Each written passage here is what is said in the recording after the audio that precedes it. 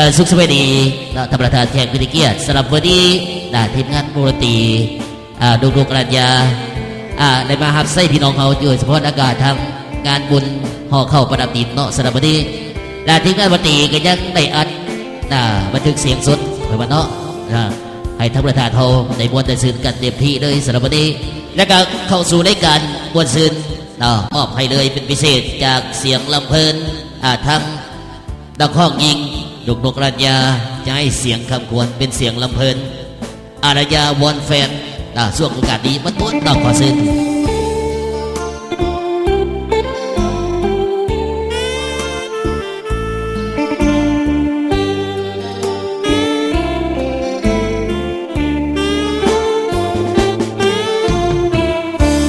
ละปา